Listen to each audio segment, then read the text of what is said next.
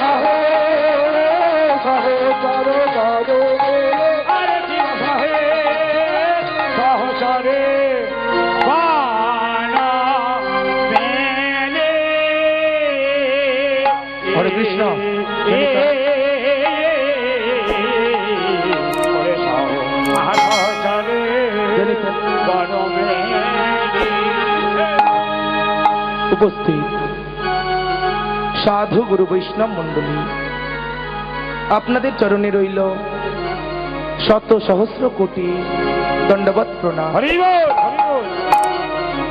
এখানে উপস্থিত আমার আদ্যাশক্তির অন্তর্ভূতা মাতৃগণ ও আমার জননী মণ্ডলী, আপনাদের চরণে রইল শত সহস্র কোটি দণ্ডবৎ প্রণাম। হরি বল, হরি বল। জানি না গো, কত জনমের স্বীকৃতি লাভের ফলে আপনাদের মতো এই সাধু গুরু বৈষ্ণবের চরণ দর্শনের সৌভাগ্য লাভ করেছি।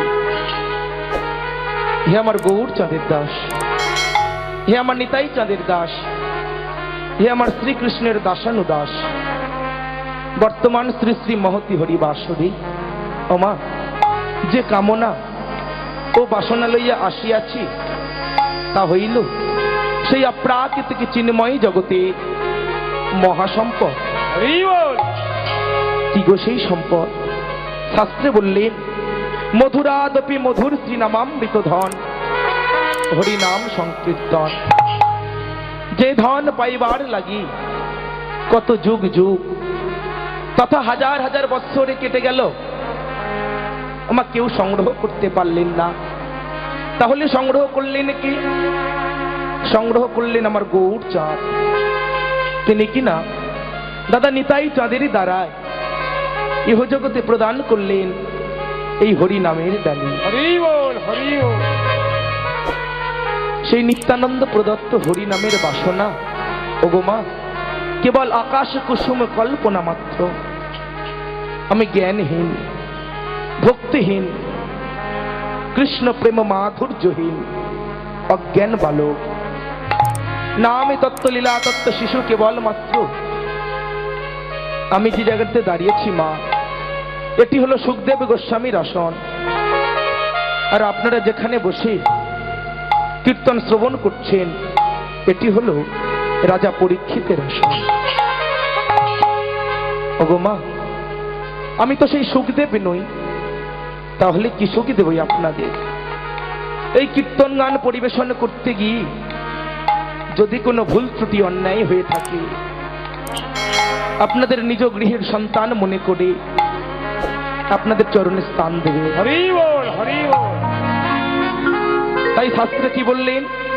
শাস্ত্রে বললেন গুরু কৃপা হি কেবল, গুরু কৃপা হি কেবল, গুরু কৃপা হি। সবাই মিলে করে করে বলবি গুরু কৃপা হি কেবল, গুরু কৃপা হি কেবল, গুরু কৃপা হি কেবল, গুরু কৃপা হি কেবল, গুরু কৃপা হি কেবল, গুরু কৃপা হি কেবল, গুরু কৃপা হি কেবল, গুরু কৃপা হি কেবল, গুরু কৃপা হি কেবল, গুরু কৃপা হি কেবল, গুরু কৃপা হি কেবল, গুরু কৃপা হি কেবল, গুরু কৃপা হি কেবল, গুরু কৃপা হি কেবল,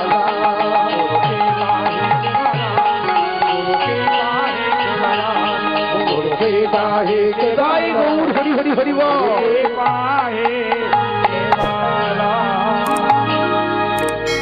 গুরু কৃপা হি কেবল, অর্থাৎ যদি আমার গুরুদেবের আশীর্বাদ মাথায় থাকে মা, যদি আপনাদের মতো ভক্তমণ্ডলীর আশীর্বাদ মাথায় থাকে, যদি আমার পিতা মাতার আশীর্বাদ মাথায় থাকে, তাহলে কিছু হরি কথা, কিছু কৃষ্ণ কথা আপনাদেরকে শ্রবণ করাতে পারে। হরি বল, হরি বল। ও মা, আপনারা তো জানেন ইহ জগতে আমরা বেশি দিন থাকবো না। যখন আমাদের সময় হয়ে আসবে গো, আমাদেরকে ছেড়ে চলে যেতে হবে এই মায়ার বন্ধনে ত্যাগ করে দিয়ে। যখনই আমাদেরকে নিয়ে যাওয়া হবে শ্মশানে, যখন মুখে অগ্নি সংযোগ করা হবে মা, তখন কারা যেন চিৎকার করে বলে ওঠে হরি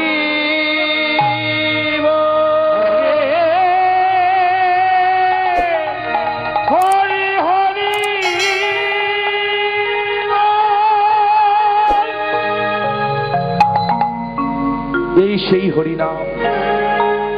হরিনাম শুনতে পাওয়া যায় কোথায় জানো মা? হত দরিদ্র বৈষ্ণব কুলে। এই সেই হরিনাম, যে হরিনাম শুনতে পাওয়া যায় ব্রাহ্মণ কুলে। এই সেই হরিনাম, যে হরিনাম শুনতে পাওয়া যায় আপনাদের এই মহতী হরিবাসরে। সেই হরিনামের জন্যে আমি আপনাদের দুয়ার থেকে ভিক্ষা চাইতে এসেছি। ভগবান গীতাতে বলেছেন, সর্বধর্ম পরিত্যাজ্যং মামেকং শরণং ব্রজ অহং তং সর্ব পাপেভ্যো মোক্ষৈ স্বামী মা শুচ। অর্থাৎ তোমরা সর্বকিছু পরিত্যাগ করে আমাকে স্মরণ করো। আমি ভগবান, আমি অনাদির আদি, আমি হলাম সর্বকারণের কারণ। তোমরাই আমাকে স্মরণ করো, আমি অবশ্যই তোমাদেরকে কৃপা করব। হরি বল, হরি বল। বাবা, কৃপা কথার অর্থ কি জানেন? যারা বাংলা অনার্স নিয়ে একটু পড়াশোনা করেছেন, যারা বৈষ্ণব পদাবলী একটু চর্চা করেন, তারাই বলতে পারবেন বাবা এর অর্থ কি। কৃ শব্দের প্রত্যয় হলো করা, আর পা শব্দের প্রত্যয় হলো পাওয়া। করে পাওয়ার নামই হলো কৃপা। হরি বল, হরি বল। আজ ভগবান কৃষ্ণচন্দ্র তিনি কৃপা দান করেছেন বলে আজ এখানে মহতী হরিবাসর হচ্ছে। নইলে মা কারোর এতটুকু ক্ষমতা নেই যে আজ এখানে মহতী হরিবাসর হয়। যে আজ এখানে মহতী হরিবাসর হয় মা, তার কৃপা ছাড়া গাছের পাতাও নড়ে না। তাই আজ আপনারা এখানে একত্রিত সমবেত হয়েছেন কেমন ভাবে গো? এই গ্রামে হাজারো মানুষ রয়েছে, হাজারো লোক রয়েছে, সবার আসার সৌভাগ্য কিন্তু হয়নি মা। সবাই এই হরিনাম আসতে পারেননি। কেন জানেন? এখানে আসতে গেলে বাবা কিছু স্বীকৃতির প্রয়োজন আছে। কোটি জন্মের থাকলে স্বীকৃতি একবারই হরিনাম যজ্ঞে আসা যায় মা। তাই যেমন নদীতে বন্যা হলে এক প্রান্তের জলে নিয়ে চলে যায় অপর প্রান্তে, ঠিক তদ্রূপ আপনারাও ভাসতে ভাসতে এসেছেন। তাই পদকর্তা কি বলল জানেন মা?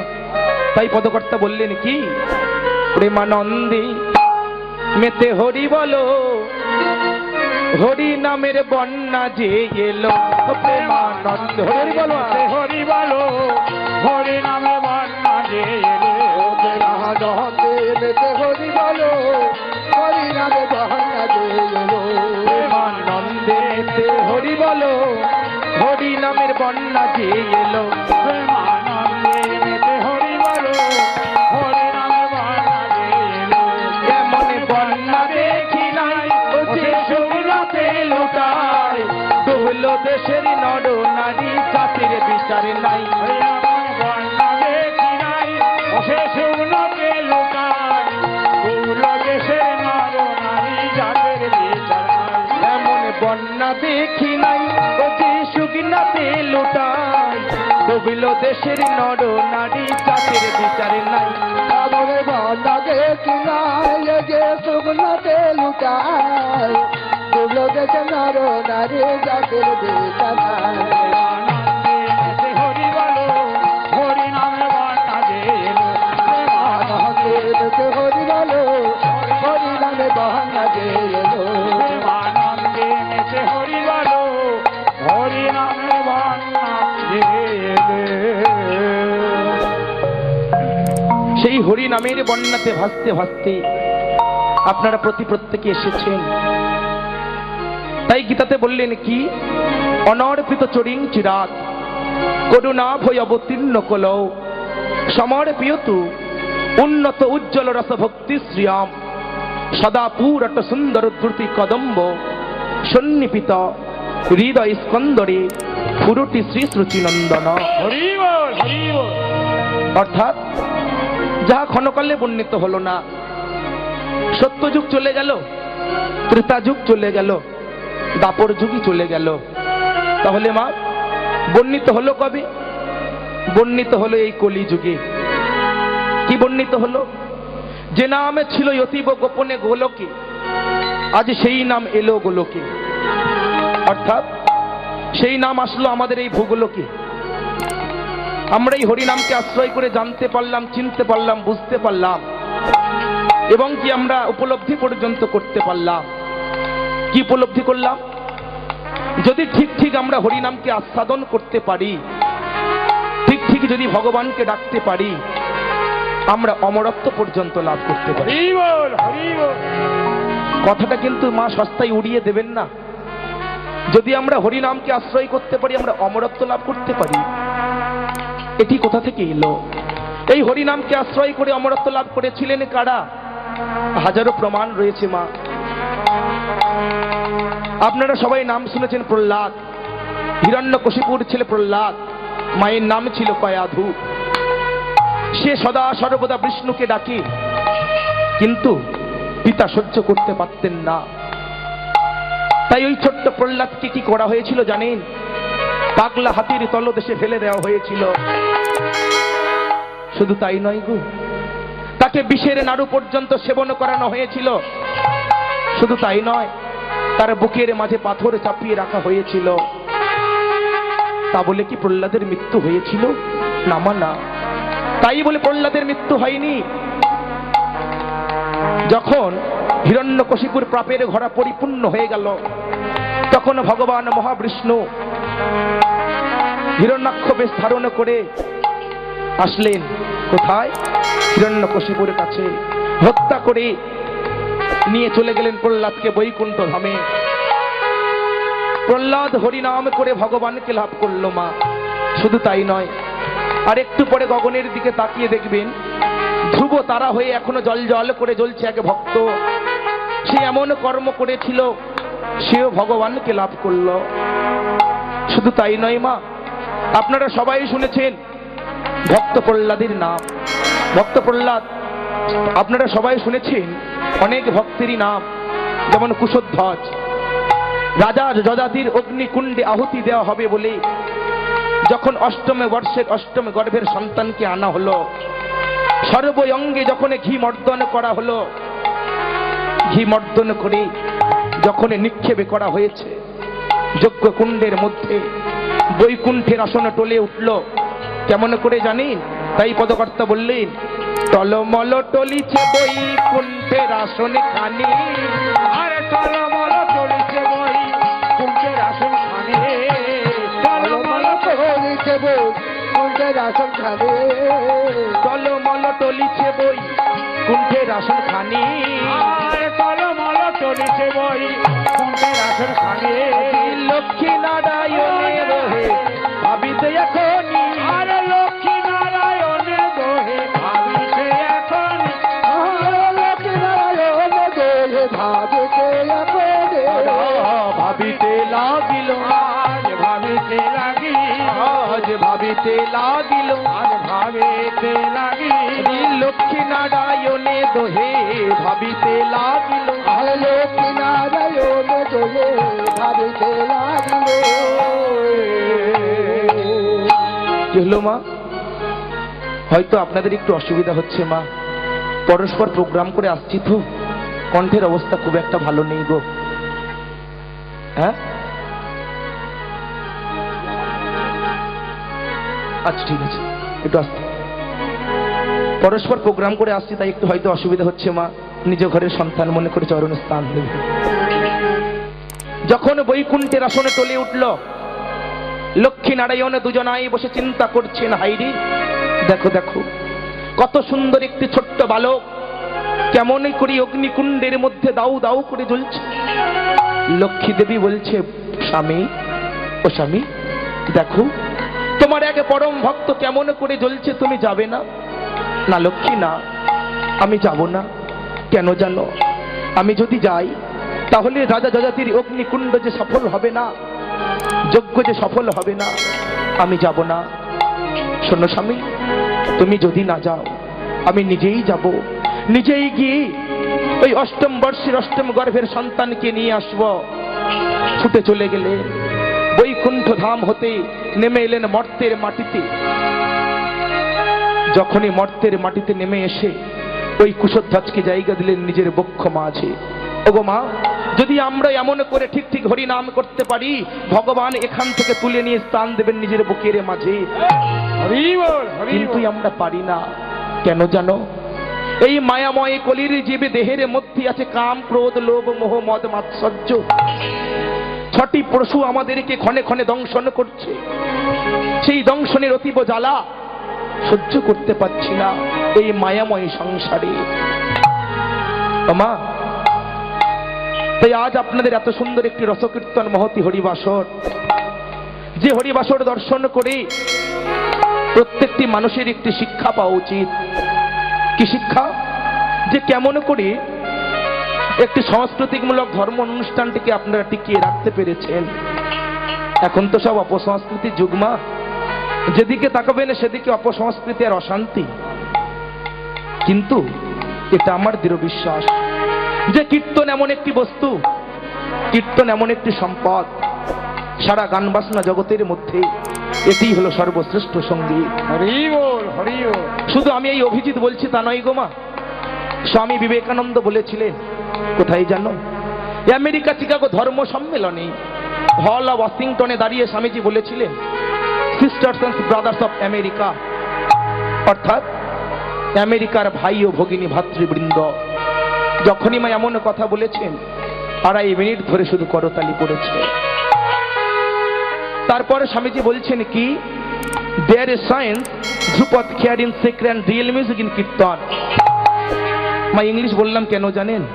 পাশ্চাত্যে তো বাংলা বোঝে না মানুষ, আমেরিকার মানুষ বাংলা জানে না, তাদেরকে ইংলিশে কথা বলতে হয়। যখন স্বামীজি বলেছে কি, এই ভারতবর্ষের সর্বশ্রেষ্ঠ সঙ্গীত হলো কীর্তন, তখন এই স্বামীজি চলে যাচ্ছেন হল অফ ওয়াশিংটন থেকে বক্তৃতা দিয়ে হল অফ কলম্বাসে। যখন হল অফ কলম্বাসে যাচ্ছেন, তখন নানান ধর্ম জাতি স্বামীজিকে ধরে বলছেন, স্বামীজি তুমি তো সনাতন ধর্মের জন্য এসেছো বক্তৃতা দিতে, কিন্তু বলো না ধর্ম প্রতি হিসাবে আপনি কি এনেছেন? তখন স্বামীজি কি করলো জানো মা? ছোট্ট গীতাটিকে বাহির করে দিয়ে বললেন, এই নিন, এটি হলো আমাদের ধর্মগ্রন্থ গীতা। তখন তারা কি করেছে জানো? আমাদের গীতাটিকে সবার নিচে রেখে তাদের ধর্মগ্রন্থগুলি একে অপরের উপরে সাজিয়ে রেখেছেন। আর স্বামীজিকে ডেকে বলছেন, স্বামীজি দেখুন, আপনার ধর্ম হলো সবার নিচে আর আমাদের ধর্ম হলো সবার উপরে। তখন স্বামীজি মৃদু স্বরে বলেছিলেন, ওগো, যে সবার ভার সইতে পারে সেই তো আসল, যার ভিত ভালো হয় তার সমস্ত দিক ভালো হয়। নিতাই গৌর হরি বল, হরি বল, হরি বল। তাই মাগো, এই সনাতন ধর্মকে কেন্দ্র করে হাজারো ধর্ম তারা দাঁড়িয়ে রয়েছে। স্বামীজি এমন করে বক্তৃতা দিলেন, ওগো বাবা, আমাদের সময় বড় অল্প, দেখতে দেখতে ধর্মটা শেষ হতে বসেছে। তাকিয়ে দেখুন বাংলাদেশের দিকে, পরস্পর হিন্দুদের উপর কি অকথ্য অত্যাচার চলছে। এখনো যদি নাই আমরা সংঘবদ্ধতা হই, এখনো যদি নাই আমরা নিজেদেরকে ভালোবাসতে পারি, এখনো যদি নাই আমরা ধর্মের পথে আসতে পারি, সময় বড় শোচনীয়। স্বামীজি বললেন, তোমরা ধর্ম করো। ও বাবা, ধর্ম কথাটা ছেলে খেলা নয় গো। ধর্ম করতে গেলে কি করা প্রয়োজনে জানো? ধর্ম করতে গেলে যে ধার্মিক হওয়া প্রয়োজন। ধার্মিক কাকে বলে? শাস্ত্রে বললেন ধার্মিক কেমন দেখুন, রস থেকে রক্ত, রক্ত থেকে শুক্র, শুক্র থেকে অস্থি, অস্থি থেকে মজ্জা, আর মজ্জা থেকে বীর্য। হরি বল, হরি বল। যে পিটুইটারি গ্রন্থিতে ধারণ করে রাখতে পারে সেই হলো ধার্মিক। সেই ধার্মিকের বড়ই অভাব। স্বামীজি বলেছেন, তোমার মতো শত শত যুবক চাই যারা এই ভারতবর্ষের বুকে এসে মহাবেগে পড়বে, আর যেখানে পড়বে সেখানে নবজীবন ও আধ্যাত্মিক শক্তি সঞ্চার করবে। যদি না সেই রূপ সন্তান এই ভারত মায়ের বুকে জন্মগ্রহণ না করে, বিধর্মীরা যেমন করে সনাতন ধর্মের উপর অত্যাচার এনেছে বা আনছে, আমরা বড় কাতর হয়ে পড়েছি মোহ জালে পড়ে। মা, এই যে কীর্তন শ্রবণ করছেন, বলুন তো এই কীর্তন শুনে কি আপনাদের চৈতন্য হয়েছে? চৈতন্য হয়নি। কেন জানেন? তাই কি বললো? আমাদের চৈতন্য হলো না, চৈতন্য হলো না, চৈতন্য হলো না, চৈতন্য হলো না, জ্ঞানী অন্ধ কলির জীবের চৈতন্য হলো না, জ্ঞানে অন্ধ কলির জীবে চৈতন্য হলো না, ভ্রমে অন্ধ কলির জীবের চৈতন্য হলো না, ভ্রমে অন্ধ কলির জীবে চৈতন্য হলো না। আমাদের মতো ভ্রমে অন্ধ কলির জীবের মা চৈতন্য হলো না। সেই চৈতন্য ফেরাবার লাগি, সেই চৈতন্য ফিরাবার লাগে আসলে নাকি স্বয়ং গৌর সুন্দর আমাদের মাঝে। ওমা, গৌর সুন্দরটা কে জানো? শাস্ত্রে বললেন নন্দের নন্দন যিনি, শচীসুত হলেন তিনি, বলরাম হইল নিতাই, পাপি তাপি যত ছিল হরি নামে উদ্ধারিল, তার সাক্ষী হলো জগায়ার মাধা। যিনি ছিলেন নন্দের নন্দন কৃষ্ণচন্দ্র, বৃন্দাবনে যখন ছিলেন রাধা কৃষ্ণ মিলিত দুই তনে একত্রিত হয়ে নদিয়ার মাঝে হয়ে এলেন গোড়া গৌরাঙ্গ চাঁদ। কেমন করে? একদিন কৃষ্ণচন্দ্র আমার রাধারানীকে ডেকে বলছেন, এগো রাধে শোনো, তোমার প্রেম সুধি বাড়ি, জন্ম নেবই আমি নদিয়া নগরী, সচি মাতার ঘরে, কাঁদালে কাঁদিতে হবে, যোগী জন মানি লবে, ঘুচাতে পাপের ভার, জন্ম নেব পুনর্বার, আমি নদিয়াতে হইব উদার। হে রাধে, তোমার ওই সমাধুর্য প্রেম বস্তু আস্বাদন করার লাগি আমি নদিয়ার মাঝে সচি গর্ভ সিন্ধু মাঝে আমি উদয় হব। তাই বলি শোনো, আমার অঙ্গের বর্ণ যে কালো, আমি তাই কি করব জানো? আমার এই কালো বরণে ত্যাগ করে তোমার এই অঙ্গ কান্তি আমি গ্রহণ করব। তাই গোবিন্দ কি বললেন? ওই আমি ত্যাজি কালো বরণ, বধূ করিব ধারণ, তোমার ওই অঙ্গের কান্তি